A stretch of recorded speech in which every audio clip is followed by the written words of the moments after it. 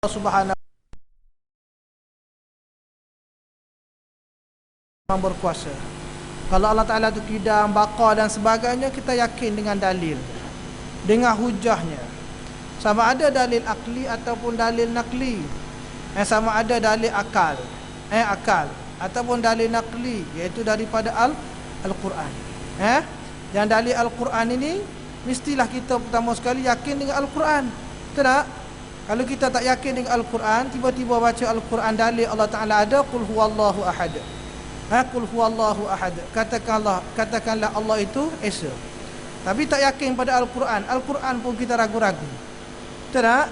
Kalau ragu dengan Al-Quran, macam mana kita nak yakin dengan dalil Allah ada? Betul tak? Jadi kena bermula kita yakin dengan Al-Quran juga. Dengan Al-Quran tu kita kena imani.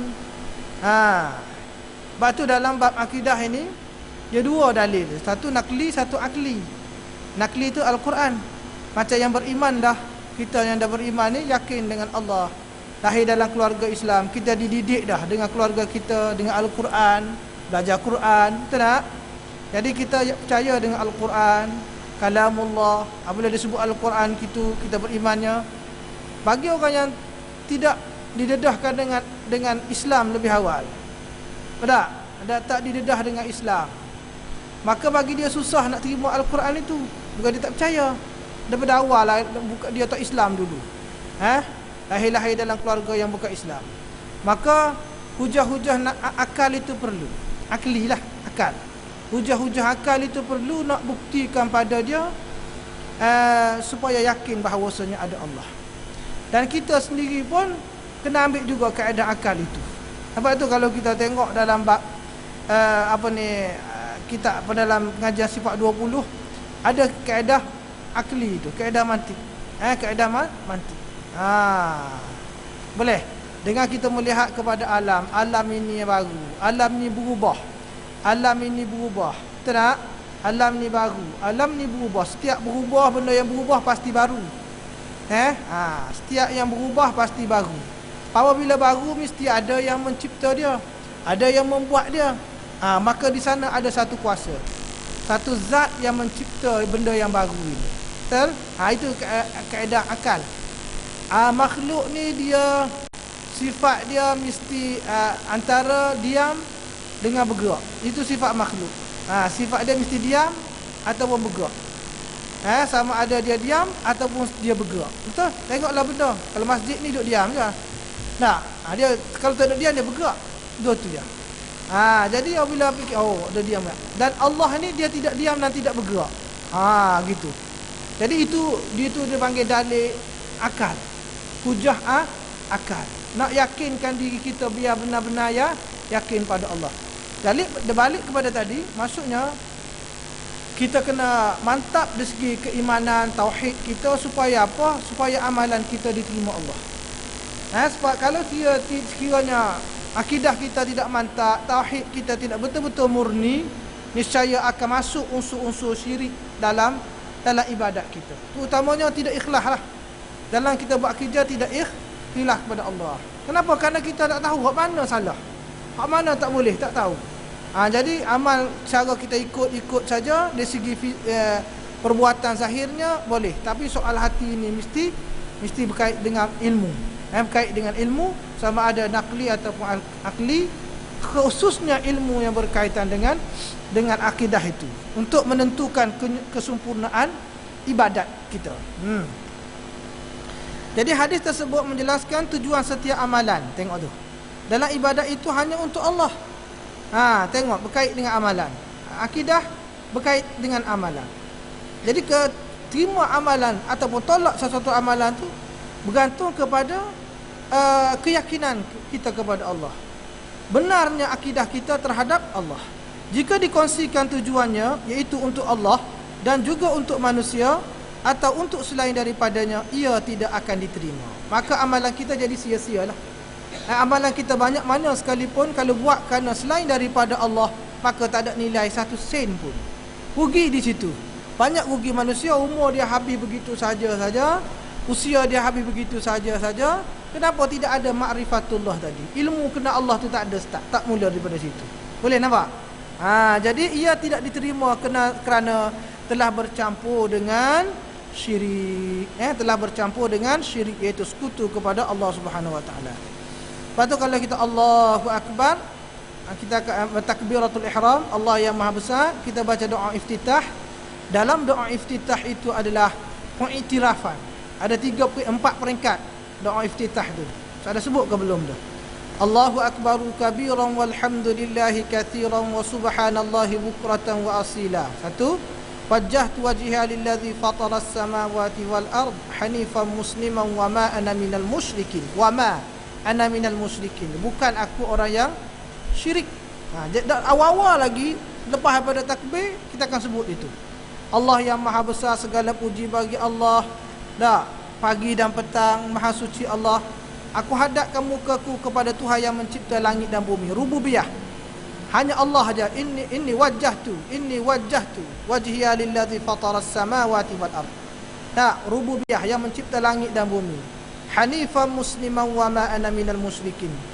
Hanif, suci, ikhlas, tulus penyerahan kita hanya kepada Allah. Wa ma ana minal musyrikin. Bukannya aku orang yang menyekutukan Allah, syirik terhadap Allah. Nampak? Jadi tengok tu hubungan rapat antara pengajian akidah kaitan dengan tauhid dengan amalan kita, kerja kita, ibadat kita. Yang ketiga, inna salati wa nusuki wa mahyaya wa mamati lillahi rabbil alamin. Jelaskan. Sesungguhnya sembahyangku, jelaskan. Sembahyangku, ibadatku, hidupku, matiku lillahi rabbil alamin. Hanya semata-mata untuk Allah semesta alam. Lillahi rabbil alamin. Boleh? Wa bidzalika inna salati wa nusuki wa mahyaya wa mamati lillahi rabbil alamin la syarikalah. Tidak ada sekutu lagi. La syarikalah. Wa bidzalika umirtu wa ana minal muslimin. La syarikalah. Tidak ada sekutu dalam ibadat kita. Dalam apa jua kita buat ni, kalau nak jadi ibadat, nak diterima Allah, tidak boleh sekutu. Hati kita kena bergantung harap hanya kepada Allah Subhanahu wa taala. Boleh tak ni? La syarikalah wa bidzalika umirtu. Dan yang keempat, dan dengan demikian itulah aku diperintahkan wa ana minal muslimin, dan aku ni termasuk dalam kalangan orang yang menyerah diri kepada Allah Subhanahu wa taala. Boleh Jadi doa iftitah yang kita baca tu, kalau kita kena fahamilah. Ustaz rasa Ustaz dah jelas kalau sebelum ni makna doa iftitah tu. Jadi supaya apa? Biar ada nampak kaitan dengan apa yang kita belajar. Kadang-kadang orang tak minat belajar tauhid ni, belajar akidah ni, sebab dia tak boleh rasa tak ada kaitan dengan apa yang dia buat. Jadi orang tak minat belajar. Tambah-tambah kalau main belajar wujud, qidam, baqa, mukhalafatuhu lil hawadithi, qiyamuhu bi nafsihi, tak? Wahdaniyah. Lepas tu masuk atau okey lagi. Sifat nafsiyah okey lagi. Sifat salbiyah okey lagi. Masuk sifat ma'ani mula dah. Ma'ani tu apa? Maknawi itu apa? Kaunuhu qadiran, kaunuhu muridan, kaunuhu aliman, kaunuhu samian. Mula dah. Apa dah tukar dah. Kudrat dengan qadiran tu mana? Mula. Tak habis mengaji tahu akidah sifat dah pula tak habis sampai bila-bila lah. Tak habis sampai bila-bila sebab kita keliru situ. Betul tak? Okey. Jadi orang tak minat belajar akidah. Sebab pening. Makin banyak belajar makin pening. Campur pula unsur-unsur falsafah. Nak tolak dakwaan falsafah dan sebagainya, ahli falsafah lah ahli falsafah. Nak tolak dakwaan Mu'tazilah pula, maka kita pun pening dengan gitu. Tak habislah belajar akidah. Belajar akidah ni susah, maka kita tak belajar akidah. Budak-budak lagi lah jauh sama sekali nak belajar akidah, sebab rasa susah. Jadi pembawakan ni supaya mudah.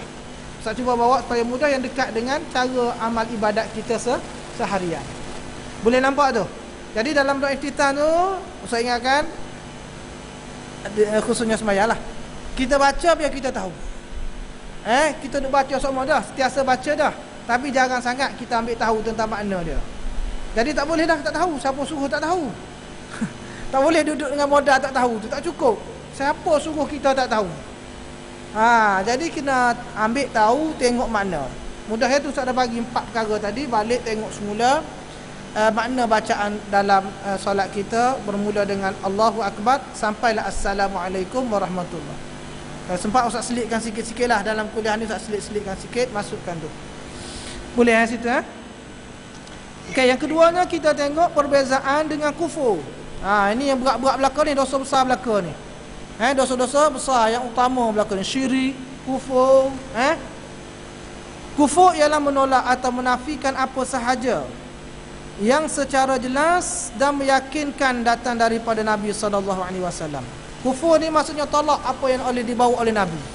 Senang cerita, kufur ni menafi, menolak apa yang dibawa oleh Nabi SAW.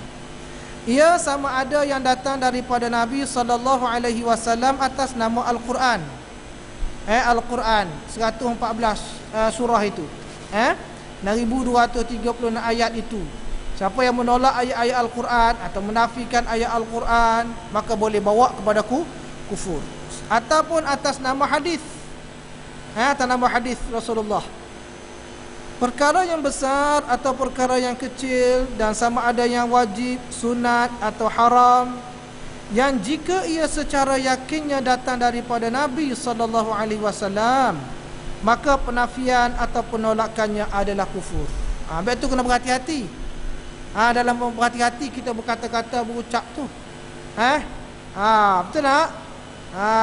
Kita tak setujulah apa ni, suami kahwin dua contohnya, atau kahwin tiga. Berhati-hati. Berhati-hati dalam penafian, penolakan kita itu. Kita kena bagi dulu. Bagilah anak 2, 3, 4 dekat. Tak apa. Berilah pada dia macam tu. Jangan tak boleh. Terus dah tak boleh. Kalau mampu kan lah. Silakanlah. Contohnya tak. Orang biasa macam tu. Jadi takut-takut kita semangat sangat, emosi sangat, kita tak benarkan tu, maka boleh bawa kepada pelanggaran kepada yang disebut oleh Al-Quran. Fankihu ma tabalakum minan nisa mathna wa thulatha wa ruba' wa in khiftum alla ta'dilu fawahidah. Kalau rasa tak adil, takut tak adil, maka satu cukup. Kahwinlah dengan mana-mana perempuan, 2, 3, 4. Wa in khiftum alla ta'dilu, kalau sekiranya kamu takut tak adil, fawahidah. Satu dulu cukup. Satu dulu cukup. Jadi kena berhati-hati. Maksudnya boleh hadir ke, kena tekankan keadilan. Dari segi keadilan, kena tekankan dari segi keadilan. Tapi kalau suami kita memang mampu, memang kuat, memang perkasa, memang segala-galanya, saja-saja kita tak nak beri, tak boleh lah. Kena redha je lah. Boleh tak boleh? Berat Ustaz, tak izin Ustaz. No, tak boleh kongsi Ustaz. Tak ada cara langsung, tak bagi. Okey? Tak apalah, tak nak bagi tak apa. Tapi jangan tolak ayat Al-Quran. Tak nak bagi tak apa, tapi jangan tolak ayat Al-Quran yang membolehkan 2, 3 dan 4 dan sebagainya. Sama dalam bab hukum-hukum yang lain dah. Sama hukum hudud ke, ramai orang tak faham sebab pendedahannya tak meluas. Betul tak? Orang tak faham. Tadi pendedahannya tidak meluas. Dulu-dulu memang mana sangat nak berbicara tentang hukum jinayah. Kita, pengajian kita di masjid dulu-dululah, dalam era 80-an, banyak berkisah tentang ibadat je. Banyak berkisah tentang ibadat. Muamalat pun datang kemudian dah. Muamalat datang kemudian. Kemudian tentang perbankan Islam, tentang apa semua tu kemudian. Yang banyak kita ibadat. Sebab kita ni dijajah. Kita dijajah oleh penjajah ajar macam tu. Dia ajar kalau nak sembahyang, kalau nak bina masjid, silakanlah. Nak pergi haji, dia hantar, tak apa. Nak berpuasa, tak apa. Tapi dalam bab muamalat, tentang jual beli, tentang perniagaan, tentang mengurus harta, tentang cukai, ambil cukai mau serah pada dia. Ini barang-barang benda-benda dunia serah kepada penjajah. Itu dia dah tanam macam tu. Bab ibadat, kamu nak jadi imam kau, kamu nak jadi ustaz kau, kamu nak apa, serah tak apa. Tapi bab muamalat, cukai serah pada dia. Tentang jual beli kamu dia kontrol, ekonomi pun dia kontrol. Boleh? Bab jinayah lagilah jauh, dia bawa hadiah mari letak. Dia bawa hadiah perlembagaan dia mari letak, buang terus ada dalam Islam itu. Sedangkan sebelum datang penjajah, benda tu dah diamalkan. Tak? Jadi apabila nak balik semula setelah kita merdeka, kita bermula daripada bawah dulu, daripada ibadat, muamalat, munakahat kita ada sikit. Munakahat dah ada, ibadat, munakahat ada. Ibadat, munakahat ada. Muamalat, jinayah tu jarang. Jadi apabila jarang itu diluar-luarkan dalam masyarakat, tiba-tiba ada isu tentang hudud, tentang itu, ramai orang tak tahu. Apabila tak tahu dia bercakap. Dia tak tahu, dia bercakap juga, maka salah di situ. Itu bahaya. Berkaitan dengan benda tu sebut dalam Al-Quran, ada dalam hadis. Jadi dia nak komentar juga, nak tunjuk dia pandai, maka di situlah mungkin dengan kata-katanya boleh menyebabkan kufur, boleh rosak akidah. Betul, berhati-hati kalau kita nak bagi komentar berkaitan dengan hukum hakam Allah Subhanahu wa taala. Kalau tak tahu, baik tu diam, senyap saja. Tapi tak boleh lah diam ni rasa macam tak pandai pula. Kamu ada jawatan besar, cakap juga. Ingat jangan main-main. Yang lebih besar, yang lebih agung, yang lebih hebat Allah Subhanahu wa taala. Itulah yang biasa yang Ustaz nampak dalam masyarakat, yang kadang orang cakap mungkin tersalah di sudut itu. Okey. Sedangkan syirik ialah beza tadi kufur habis, nafi ataupun tolak. Okey. Sedangkan syirik ialah tindakan menyama taraf dan menyekutukan Allah dengan benda-benda lain, iaitu apabila melakukan sesuatu terhadap makhluk seperti mana yang dilakukan terhadap Allah. Tindakan seperti ini menjatuhkan Allah ke taraf makhluk atau mengangkat makhluk ke makam Allah, yang dengan itu ternafilah hak Allah sepenuhnya dan sebahagiannya. Nampak? Itu syirik. Maka kufur itu adalah menolak atau menafikan walaupun mana-mana bahagian daripada keseluruhan Islam. Sedangkan syirik adalah mengurangi makam Allah sehingga menafikannya untuk diberi tempat kepada makhluknya. Adalah jelas bahawa kufur terdiri daripada dua pihak sahaja, iaitu pihak yang menafi dan pihak yang dinafikan. Manakala syirik terdiri daripada tiga pihak, iaitu pihak yang menyamakan taraf atau yang menyekutukan, dan dua pihak yang sama taraf atau disekutukan antara kedua-duanya. Kalau kufur tu manusia dengan Allah. Tapi syirik manusia tu Allah dan benda lain satu lagi. Dibawa masuk benda lain, jadi tiga. Manusia, Allah, dan ada lagi benda yang ketiga itu. Kalau kufur dengan Allah, manusia dengan Allah, itu berlaku. Boleh boleh tak situ kot Jadi makna kata tadi, kalau yang menyama menyekutukan Allah tu banyak tu. Menyama menyekutukan Allah. Terutama kali ni dalam lah sikit, Ustaz tak berhajat nak bincang sangat-sangat dalam. Terutamanya dalam bab mujassimah ni, mentajsimkan Allah. Itu kena hati-hati. Maksudnya dalam kita belajar aliran salaf hari itu, yadullahi fawqa aidihim. Tangan Allah sama berada di atas tangan-tangan mereka. Ayat tu ayat apa ni dia panggil ayat mutasyabihat. Ayat yang sama. Jadi ulama khalaf, kita belajar dulu belajar ada aliran salaf khalaf. Ulama khalaf disebut yadu tu tangan tu kuasa. Maksudnya dia takwil. Dia terjemahlah, dia ulas. Maksudnya yadun tu tangan. Yadun itu kuasa. Kuasa Allah menguasai kuasa-kuasa mereka semua itu. Okey? Tapi ulama salaf dia tak takwil ayat itu. Yadun apabila sebut tangan, Allah menguasai tangan-tangan mereka, terserah. Faham? Dia serah. Itu ulama salaf. Tapi tangan itu tidak sama dengan tangan manusia yang dilihat ini. Tak sama dengan tangan yang ada ni, tangan makhluk. Terserahlah ayat itu macam mana. Dia guna kaedah tafwid. Tafwid kita belajar tafwid, maju serah pada Allah. Allah sebut tangan, tanganlah. Jadi berhati-hati di situ. Takut ada satu lagi yang ta'assub, mujassimah tadi, yang menyamakan tangan manusia dengan tangan Allah betul-betul. Maksudnya tangan Allah tu macam tangan manusia, mujassimah, bulu tangan ada 5 jari. Kalau macam tu boleh syirik lah. Itu kena faham betul-betul. Jadi kalau wajah tu wajhullah, dia samakan wajah Allah yang tadi, yang salaf tadi, yang ta'assub ataupun yang menyamakan muka Allah dengan muka manusia, boleh buat syirik itu. Jadi yang aliran salaf yang kita belajar itu kena pegang. Laisa kamitslihi syai'. Ayat Allah Taala kata wajah, muka Allah, muka Allah terserah pada Allah, mereka tak tawil. Terserah pada Allah tu maksud ayat itu terserah pada Allah. Apa yang dimaksudkan dengan muka, apa yang dimaksudkan dengan tangan di situ, dia tafwid. Dia nak mengelak takwil, takut lari daripada yang sebenarnya. Itu antara salaf dengan khalaf. Sama juga Ar-Rahmanu 'alal 'arsy istawa. Tuhan yang bersifat Rahman itu beristiwa di atas apa ni? Istiwa di arasy. Di arasy.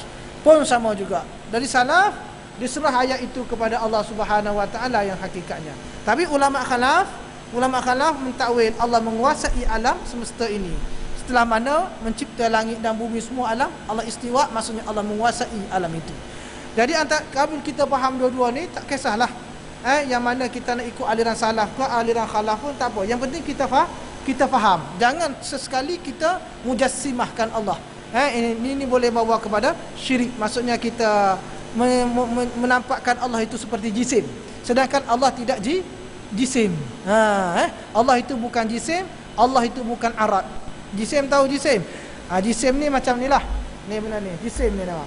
Dan arat ni benda yang tumpang atas ni. Arat ni warna biru ni, bentuk ni arat. Dia panggil arat dalam bahasa Arab. Arat ni sifat dia. Botol air ni sifat dia macam ni, nampak. Jisim ni, arat duduk atas ni. Allah tidak macam tu, tidak jisim dan tidak arat. Boleh? Gitu. Faham tak ni? Macam benda ni jisim ni, tapi benda yang warna silver ni itu arat yang duduk atas benda ni. Allah tidak sekali-sekali macam tu, tidak jisim dan tidak arat ni. Lepas ni kalau ni arat apa pula Ustaz? Saya tahu Arab aja.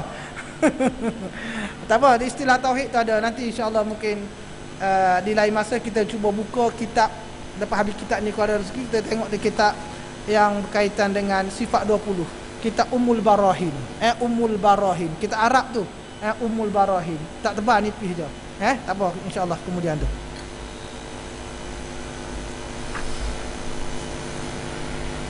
Okey, habis perbezaan antara kufur dengan syirik. Jelas bahaya syirik. Syirik sangat bahaya. Ia mengakibatkan yang pertama kemurkaan Allah. Kemurkaan Allah. Kerana menafi dan menjatuh dan menghina Allah. Kita baca dalam sembahyang kita ghairil maghdubi alaihim waladdallin. Tu. Tak maghdubi alaihim waladdallin. Kita nak hidup jalan yang lurus, jalan orang-orang yang Allah beri nikmat.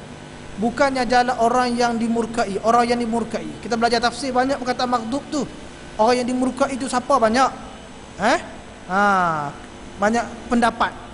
Jadi yang antara pendapatnya adalah orang-orang Yahudi. Yang kata maghdub, ad-dhalin, orang-orang yang sesat itu orang Nasara. Jalan hidup mereka ni kita tak nak ikut sebab mereka ni orang yang dimurkai. Kerana mereka dimurkai ini, inilah syirik mereka terhadap Allah. Syirik mereka itu terhadap Allah. Sesatnya mereka daripada jalan Allah.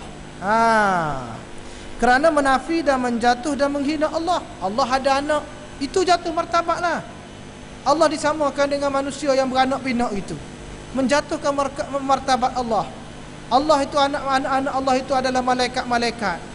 Allah tu ada Isa itu anak Allah. Nampak? Jadi menjatuhkan martabat Allah, menghina Allah.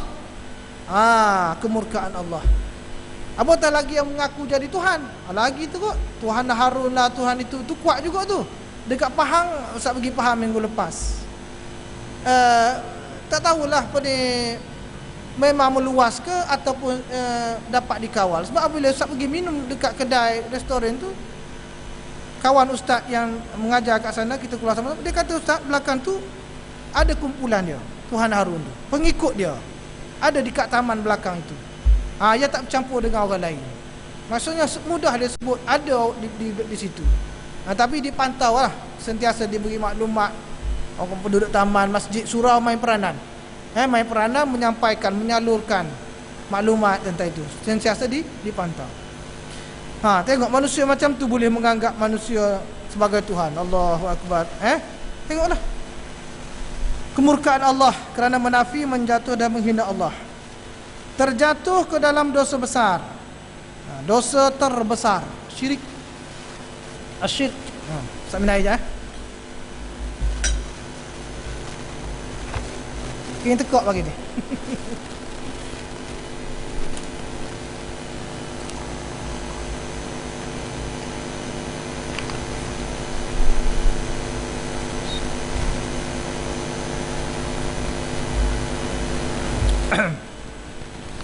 Okey, terjatuh ke dalam dosa terbesar dan tidak terampun.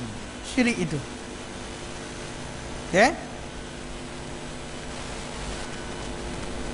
Banyak boleh rujuk dalam surah An-Nisa ayat 48, surah An-Nisa yang 4, ayat apa ni, surah An-Nisa ayat 48, boleh rujuk ayat 16. Balik ni sambil-sambil duduk kat depan TV tu buka tengok.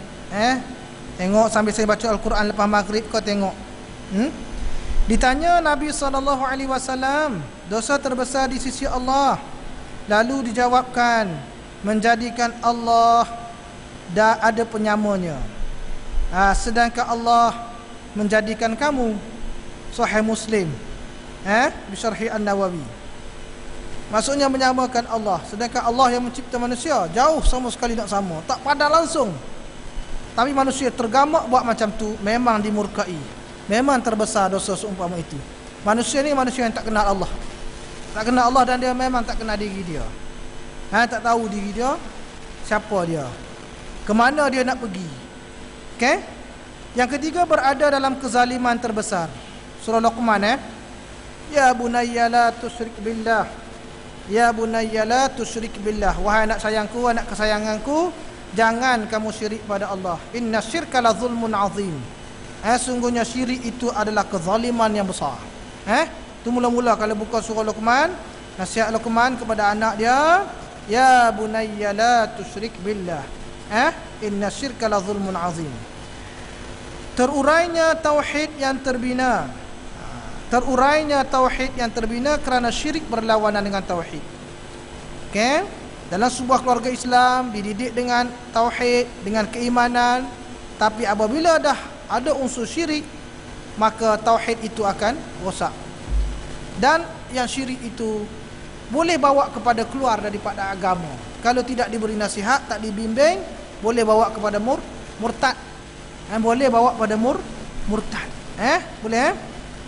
Penghinaan terhadap Allah kerana meletakkan Allah setaraf dengan makhluk ciptaannya. Okey? Terjatuhnya taraf manusia kerana melakukan amalan yang sangat tidak sesuai dengannya. Ialah kalau percaya pada azimat, khurafat itu, banyak. Kita ni masyarakat Melayu khususnya banyak percaya kepada benda-benda yang tahyul dan khurafat. Sebab kalau sejarah lah, kita dulu ni dipengaruhi, sebelum Islam datang ni adalah Hindu. Itulah mengikut sejarahnya. Majapahit, Parameswara, apa semua dulu pada Sumatera itu adalah pengaruh Hindu. Jadi kita terbawa-bawa nak buang sepenuhnya untuk mengambil masa yang lama. Menurut Profesor Dr. Aziz ni, penulis buku ni, waktu saya belajar dengan dia, tentang tahlil yang kita buat ni, waktu yang Wali Songo di Jawa ni, sebab dulu amalan masyarakat Hindu itu dia memperingati orang mati dengan macam-macam cara. Dengan macam-macam cara. Jadi nak bawa Islam, dakwah kepada masyarakat ni memang susah. Payah nak tarik kepada Islam sebab dia ingat sangat kepada orang mati dia, mak dia ke ayah dia. Maka macam-macam upacara dia buat. Macam mana nak buat benda tu supaya bawa kepada Islam. Ni Wali Songo ni, Profesor Aziz bagi tahu ni, sampaikan ni dia kaji tentang itu, tentang tahlil. Mungkin nas tempat lain ada alasan yang lain. Ni nak bagi tahu di Jawa ni. So, maka macam mana nak tarik orang yang Islam tapi dia masih lagi mengamalkan Hindu dalam masyarakat dia pada waktu itu. Maka cara kaedahnya beginilah dia panggil tahlil. Apabila ada orang meninggal, masanya berkumpul, tidak diamalkan benda-benda khurafat syirik itu dengan pemujaan macam-macam, tapi dengan membaca ayat-ayat Al-Quran. Jadi mengarik mereka tu jangan buat benda yang macam tu, buat macam tu, tapi digantikan dengan amalan-amalan membaca Al-Quran, doa kepada si mati. Itu sejarah kisah yang berlaku di zaman waktu Wali Songo. Dan Profesor Azif ni bagi tahu masuk saat dia kuliah macam itulah. Dan tetapi apabila timur masyarakat kita ikut saja. Kadang-kadang kita tak apa-apa pun yang kita ikut. Buat je, kita tahlil. Tak apalah. Yang tahu jarah tu tak apa. Tapi jangan apabila tak buat tahlil macam satu kesalahan pula. Tak buat 1 hari, 2 hari, 3 hari, 4 hari, 7 hari, 40 hari.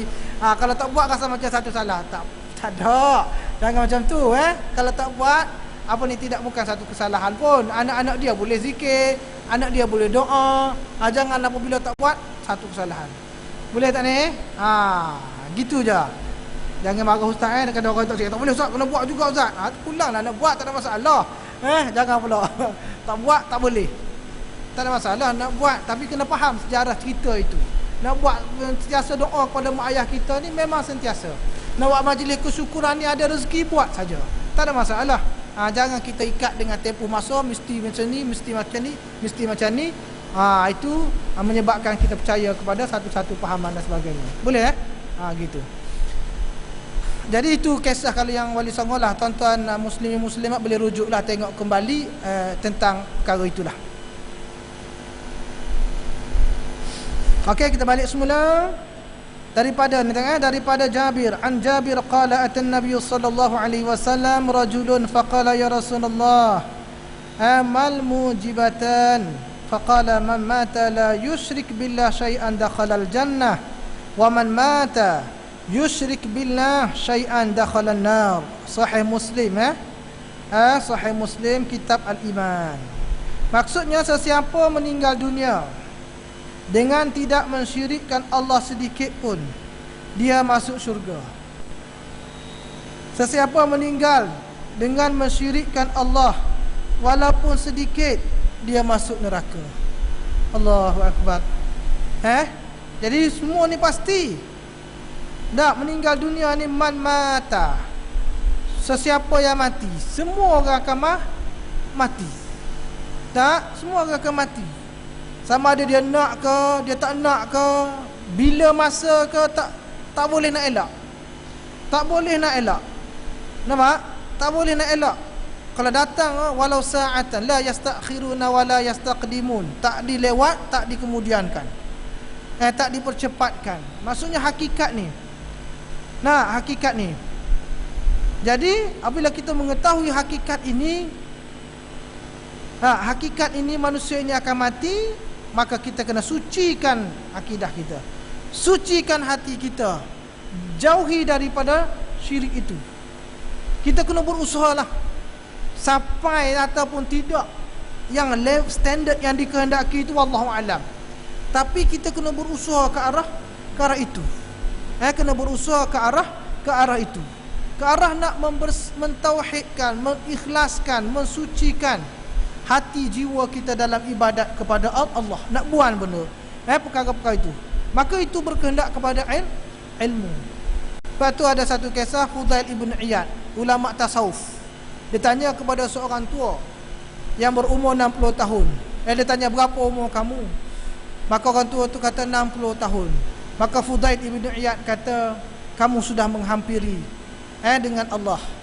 60 tahun ni kamu sudah menghampiri dekat kepada Allah. Maksudnya hampir kepada hati. Maka nasihat dia kepada orang tua tersebut, baikilah amalan kamu yang ada ini. Usia yang ada ini, yang dekat ini, tempoh tak tahulah setahun ke, 2 tahun ke, 3 tahun ke, 10 tahun ke. Tapi 60 banding dengan hak akan pergi ni, dah lama dah kamu hidup 60 tahun. Jadi kamu makin dekat kepada Allah.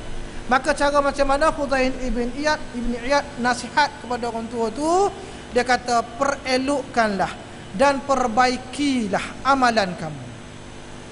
Dengan dalam proses berapa tahun yang ada itu, kita sentiasa perbaiki, datang belajar, datang menuntut ilmu, datang ke masjid, datang masjid belajar, datang masjid kita belajar, tuntut ilmu.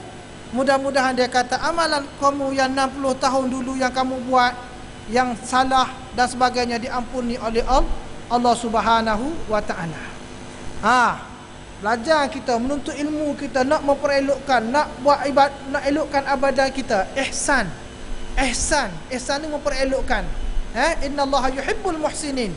Allah suka orang yang buat baik, yang memperelokkan amalan ni. Ini sifat orang yang disayangi Allah ni, muhsinin. Jadi dia berusaha untuk memperelokkan amalan dia. 60 tahun yang hidup sebelum ni, mungkin dia ada silap, mungkin dia salah, mungkin dia tak beramal dengan mana, tak beramal. Mudah-mudahan dia mendapat keampunan Allah Subhanahu wa ta'ala. Boleh tak? Tapi kalau seandainya baki usia yang 60 tahun tu, baki usia selebih 60 tahun tu, dia tak juga beramal untuk berusaha untuk memperelokkan amalan dia. Tak datang belajar, tak datang menuntut ilmu, tak mendalami, tak belajar Quran tak pandai baca pun tak belajar. Tak belajar, tak apa-apa semua. Kalau dia meninggal, hak 60 tahun dia berdosa, hak baki yang ada pun dia dosa. Sanggup tak dia tanggung macam tu? Jadi Fudail ibn Iyad nasihatkan kepada orang tua itu macam tu. Jadi kita ambil pengajaran daripada sini, mana kata usia kita semua dah hampir ke arah sana, maka kita perelokkan, perbaikikan amalan kita. Soal dapat sampai tak, itu kita serah pada Allah. Sekurang-kurangnya kita dah kembali ke arah itu. Dan Fudail ibn Iyad kata, keampunan itu kena sentiasa kita mohon minta kepada Allah Subhanahu wa ta'ala. Boleh? Keampunan itu Fudail ibn Iyad, ahli ulama tasawuf. Jadi kalau seandainya lah kita masih lagi tak boleh baca Quran ke, maka kena belajar dah. Jangan tunggu tak sempat dah nak baca Quran ni, berapa dah tua dah sangat, sebut pun tak betul dah. Kita terus tak belajar, tak boleh. Kita kena ambil inisiatif memperbaiki. Soal dapat itu soal lain. Soalnya kita kena berusaha untuk memperbaiki. Kena cari kelas, tak boleh seminggu sekali, sebulan sekali. Tak boleh sebulan sekali, setahun sekali. Ngaji Quran setahun sekali. Bila nak habis pada. Kena belajar. Di sini ada kelas Quran kan? Kena buat. Kalau ada kelas Quran, kena ada satu tajuk tu, kelas Quran kena mengaji. Talaki. Talaki, baca sorang-sorang, baca sorang-sorang boleh. Baca sorang-sorang, kena buat. Sorang-sorang baca, itu terbaik-baiknya. Hak mengajar dekat dinding tu, tajwid tu, boleh juga, boleh. Itu menjelaskan hukum-hukum. Tapi hak naknya ni, baca, kaedah ni, kaedah baca, tok guru dengar. Tok guru betul, betulkan, betul. Macam tu, yang baca tu. Talaki musafahah dia panggil. Talaki musyafahah itu. Kena buat begitu, biar sorang-sorang. Jangan malu, jangan takut, jangan segan. Kena talaki musyafahah. Boleh guru bagi penjelasan kat whiteboard apa semua tu bagus nak menjelaskan hukum, dia nampak semua. Tapi talaki musyafahah itu tengok mulut guru, guru baca sebut, kena buat. Soal dapat tak dapat memang susah. Sebab nak riyadatul lisan, nak latih lidah ni kalau dah tua payah. Riyadah ni latihan lah, latih. Riyadah ni, riyadah nak latih lisan sebut dha, sebut dha. Susah. Dah sebut macam-macam lah sebut, memang payah. Soal dapat je nombor 2. Soal kita dah cuba memperelokkan, memperbaiki amalan kita tadi. Baki yang ada tu jangan tak buat, jangan tidak buat. Boleh tak ni? Ustaz nasihat beri diri ustaz jugalah. Ustaz pun belajar juga. Belajar juga, jangan kita belajar, kena cari banyak lagi benda yang tak tahu. Boleh jadi balik kepada tadi, maksudnya siapa yang syirik dalam kerja dia terhadap Allah, dia meninggal dalam keadaan syirik, maka dia tak akan masuk syurga, masuk neraka. Orang yang suci bersih daripada syirik, maka dia akan masuk syurga. Sesiapa meninggal dunia dengan tidak mensyirikkan Allah sedikit pun, dia masuk syurga. Itu yang kita naknya. Sebab itu ujung last. Akhirat banyak laluannya. Akhirat banyak stationnya. Bangkit, hisab, mizan, sirat. Itu perpisahan lah. Mizan, terima amalan, suhuf kita terima amalan. Ujungnya imma jannah wa imma nar. Sama ada syurga ataupun neraka. Itu akan lalu tu. Manusia akan lalu. Kita akan lalu. Hakikat yang tak boleh dielak dah. Itu keimanan kita, keyakinan kita, akhirat kita. Kena ingat semua. Kena sentiasa ingat. Apabila kita ingat kepada perkara ini, maka kita beramal ke arah itu. Kita berbekal ke arah itu. Nak ingat apa lagi? Nak usia yang kita ada, nak ingat apa lagi? Banyak dah Tuhan bagi pada kita. Segala-galanya Tuhan dah bagi dah. Kena fokus ke situ dah. Kena fokus kepada situ. Sama ada syurga ataupun neraka kita. Maka mudah-mudahan hati kita, merah mata kita kerana ingat kepada nak syurga, merah mata kita kerana ingat pada Allah, merah mata kita, berair mata kerana takut neraka Allah. Kita harap benda-benda macam tu lah. Kita harap benda-benda macam tu lah. Dah, kena ada perasaan itu, rasa menitis air mata kerana rindu, kerana takut, kerana itu dan sebagainya. Mudah-mudahan kita dapat kasih sayang Allah Subhanahu wa taala. Tu. Dan seumpama ni kena sampai-sampai kepada orang lain. Kena bagi tahu kepada orang lain yang tak tahu, tak faham, masih leka, lena, seronok lagi. Tak rasa apa-apa lagi. Tak rasa masa jauh, rasa tak ada apa-apa kaitan dengan dia. Kena ingat.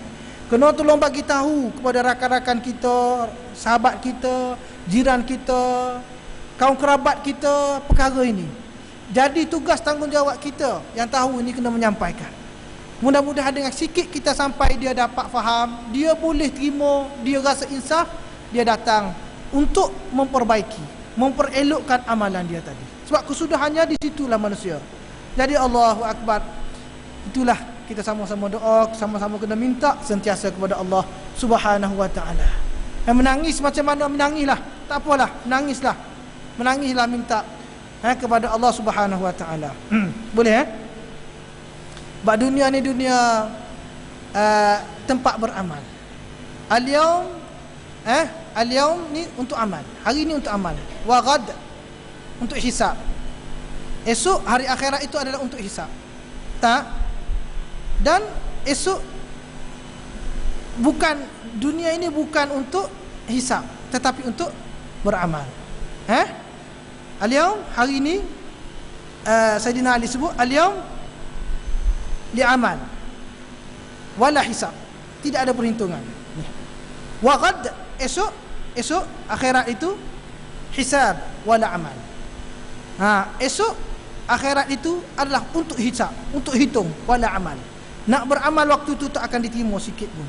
Tak ada masa dah untuk beramal waktu itu. Waktu itu hanya hitung, hanya hisab saja. Yaumul hisab, yaumul ba'ts. Mizan termasuk dalam proses hisab. Sirat pun masuk dalam proses hisab lagi. Tuh, nak nilai neraca, nak nilai apa lagi semua tu. Nampak? Jadi kena ambil kesempatan untuk kita beramal, memperbaiki, memperelokkan amalan kita. Maka bermula dengan tuntut ilmu. Tuntut ilmu. Dan ilmu yang kita cari yang sangat penting, biar betul pemikiran kita, jiwa kita, iaitu ilmu tentang ketuhanan. Kena betul, biar jelas tentang ilmu tentang ketuhanan. Boleh situ Pembahagian syirik. Saya pergi sikit lagi lah. Masalah dah masuk buku sebelah dah. Syirik dibahagikan kepada beberapa bahagian dan ada yang membahagikannya 3, iaitu berdasarkan pembahagian tauhid. Yang kita biasa belajar, syirik tu ada 2. Satu syirik khafi dan satu syirik jali.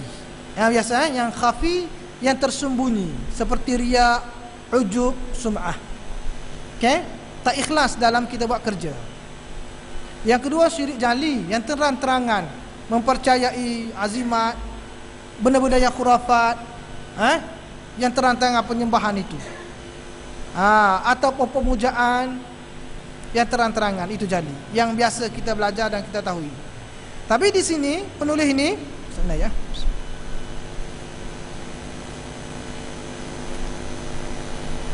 membahagikan syirik itu kepada 3. Kepada 3. Yang pertama yang berkaitan dengan tauhid, itulah kita belajar tauhid rububiyah, tauhid uluhiyah, tauhid asma' wa sifat. Ustaz tegaskan lagi sekali sini ini mengikut aliran salaf. Kita dah Ustaz sudah sebut tu aliran salaf. Sebab apa? Sebab di sana ada yang wahabiyah tu, Wahabi pun menggunakan benda yang rububiyah, uluhiyah, asma' wa sifat juga. Dia daripada situ. Jadi apabila orang Ustaz pergi tafakuh fiddin minggu lepas, tafakuh dekat pusat dakwah di Paroi, Negeri Sembilan, 2 buah kitab dibentang oleh kiai daripada Indonesia. Kiai Muhammad Idrus, muda lagi tapi alim sungguhlah. Dia belajar pondok, kitab-kitab pondok tu memang cari sungguh. Memang dia ingat matan-matan semua, dia ingat. Jadi Ustaz talaki dengan dia, belajar dengan dia, terima ijazah kitab Ummul Barahin. Kitab Ummul Barahin ni kitab berkaitan dengan ketuhanan lah, sifat 20. Kaedah Asy'ari, ahli sunnah. Dan juga kitab Jauharatut Tauhid. Jauharatut Tauhid ni banyaklah dia belajar kitab lama tu. Kitab tua tu. 2 matan Jauharatut Tauhid. Jadi kaedah pengajian ini ulama daripada Asy'ariyah dengan Maturidiyah ni, ulama yang khalaf ni dia menggunakan kaedah sifat 20. 20. Jadi dalam dia punya pembentangan dia, apabila dia sifat 20, jadi dia banyak yang Wahabi tu memang dia cantas lah. Memang Wahabi ni ekstrim. Maksudnya siapa yang tidak percaya tentang ini ni, dia akan kafir. Itu Wahabi punya. Dia terus kafir. Dia tak ada jalan tengah dah. Kafir. Itu dia kafir terus. Itu Wahabi yang tegas. Jadi banyaklah orang yang kafir. Jadi nak mengkafirkan orang tu jadi satu trend. Sebab tu fatwa mengulakan semua tu jangan ikut aliran Wahabi, dia ekstrim. Tapi ingat apa yang kita sampai rububiyah uluhiyah di sini adalah aliran Salaf. Salaf. Pak Ustaz tanya, lepas dia bentang, dia bercakap, Ustaz tanya, bagus. Dia bagi soal jawab. Memang terbuka dan memang dia boleh jawab. Orang yang alim, seorang yang alim muda. Ustaz tanya, boleh tak pembelajaran tentang makrifatullah, kenal Allah melalui sifat 20 sebagaimana dibentang oleh Tuan Kiai dan mengikut aliran tauhid yang 3. Tauhid rububiyah, uluhiyah, asma wa sifat, dan juga mengikut kaedah yang Rasulullah dulu rujuk kepada Al-Quran dah. Pada zaman Rasulullah tidak ada sifat 20 ni secara susun tu, tidak ada yang rububiyah, uluhiyah, apa-apaan Al-Quran.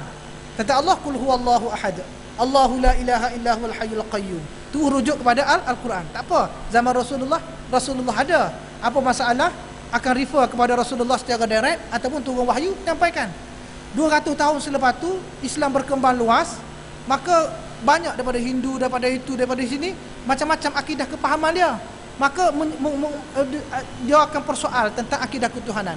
Sebab tu Asy'ariyah menyusun sifat 20 itu. Wujud, kidam, baqa itu salbiah. Sifat salbiah tu nak menafi, menolak Allah Ta'ala sedia kala. Allah Ta'ala sedia kala, nak menolak hujah-hujah orang-orang yang Mu'tazilah, yang menggunakan akal dan sebagainya. Sebab mereka dulu orang yang apa ni, yang kufur dulu tu pun ada percaya kepada Tuhan. Maka mereka nak menyambungkan, betul ke Tuhan Allah dengan Tuhan mereka percaya.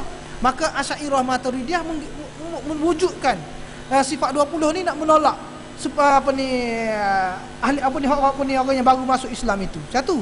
Yang kedua, nak jaga akidah orang Islam, supaya biar faham kalau bicara tentang Allah nak cerita macam mana. Maka ceritanya tentang wujud, akidah, baqa, biar lebih tersusun ilmu itu supaya orang faham dan selamat. Boleh faham? Sebab yang masuk Islam pada waktu itu dah ada kepahaman asalnya yang dibawa. Kalau tidak ada satu metod, kaedah yang khusus kena Allah, maka nanti akan bercampur bau, tak tahu mana satu, bagaimana Allah yang sebenar. Selepas daripada itu, dalam 700 tahun selepas itu, baru lahir apa ni, yang kaedah apa ni, rububiyah, asma wa sifat, dan tauhid uluhiyah dan sebagainya tadi. Jadi saya tanyalah apa ni Sarah, dia kata semua kaedah tu boleh. Cuma dia kata kalau yang rububiyah, asma wa uluhiyah, jangan terima yang wahabiyah tadi. Sebab dia akan mengkafirkan orang lain. Apabila mengkafirkan orang lain, suasana masyarakat akan jadi haru biru. Boleh akan jadi masalah dalam masyarakat. Semua tak boleh. Tahlil tak boleh. Tak kata usalli tak payah, bid'ah. Jadi dia tak boleh kau orang semua, menyesatkan orang. Orang tak kata usalli, sesat. Tak baca kunut, sesat. Jadi haru biru dalam masyarakat. Itu Wahabi. Dia bahaya, sangat-sangat bahaya. Jadi Ustaz bagi tahu penjelasan pada sini, yang rububiyah, uluhiyah, asma wa sifat ini kita bukan ambil cara Wahabi, kita cara yang salaf tadi, yang salafi tadi. Jangan ekstrim dalam tu. Boleh faham tak tu? Kalau tak faham lagi minta maaf lah, mungkin penyampaian kita Ustaz tak kemah. Ustaz pun tidak mahir sangat dalam banyak-banyak kitab yang berkaitan dengan tauhid. Sekadar yang ni tu bolehlah, yang biasa saja dia. Boleh Jadi apabila kita bicara tentang rububiyah, uluhiyah, asma wa sifat, jangan kita terbawa-bawa ataupun terambil kaedah yang apa ni, yang wahabiyah tadi, yang wahabi tadi. Okey, Ustaz rasa kalau Ustaz masuk ni panjang cerita dah ni. Cukup situ je lah. Boleh kita sambung kemudian yang tu. Cuma dalam situasi masyarakat kita ni berkaitan dengan akidah ni besar dan perlu penting kita ambil tahu. Yang pertama sekali cabaran kita Syiah. Isu yang Syiah ni kadang-kadang dah celaru. Ustaz pun tak boleh nak urah. Carilah ulama-ulama yang alim menceritakannya. Syiah jadi dah dalam celaru dah. Contohnya madad ya Rasulullah tu. Okey? Rasulullah kan. Mufti sana dah sebut.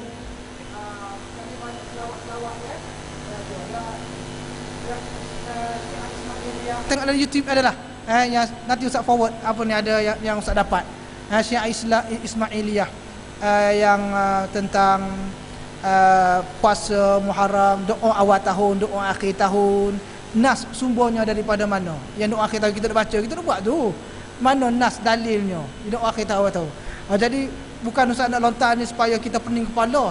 Sebab kita dah buat supaya kita tahu situasi keadaan itu, orang ada perbincangan macam tu. Syiah. Okey? Yang keduanya Wahabi. Wahabi. Yang ketiganya tentang liberalisme, hak pegang anjing apa semua tu. Jadi kalau kita tengok berlaku satu masyarakat, kita akan tahu ni masuk kotak mana. Ini masuk kotak mana. Ini masuk kotak mana? Jangan kita penilah sekali tak tahulah Islam. Pom kita tembok Islam. Jangan kita tembok Islam. Oh, Islam macam tu lah. Orang yang tak tahu agama dia akan tembok Islam. Asalnya Islam itu baik, tapi kerana tak tahu dia akan tembok. Oh, Islam macam tu. Tak nak. Okey. Jadi itulah yang kita kena tahulah. Tapi Ustaz tak boleh jelaskan secara detail tentang perkara-perkara itu. Kena kita belajarlah.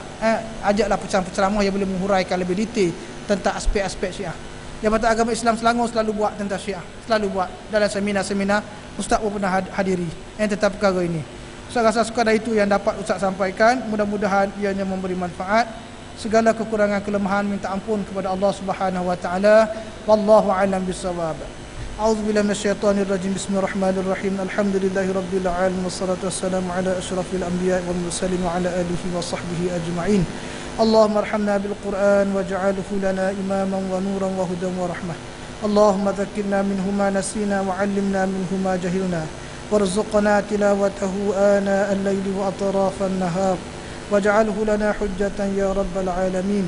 اللهم افتح علينا فتوح العارفين وارزقنا فهم النبيين وإلهام الملائكة المقربين برحمتك يا أرحم الراحمين. وصلى الله على سيدنا محمد وعلى آله وصحبه أجمعين والحمد لله رب العالمين. أقول قولي هذا وأستغفر الله العظيم لي ولكم. السلام عليكم ورحمة الله وبركاته.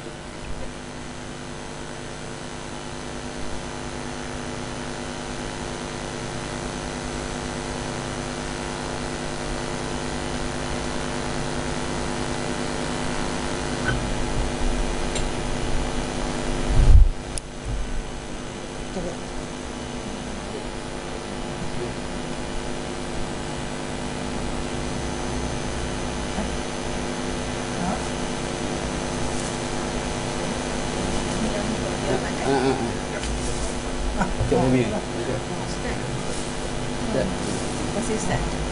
Ya, Ustaz.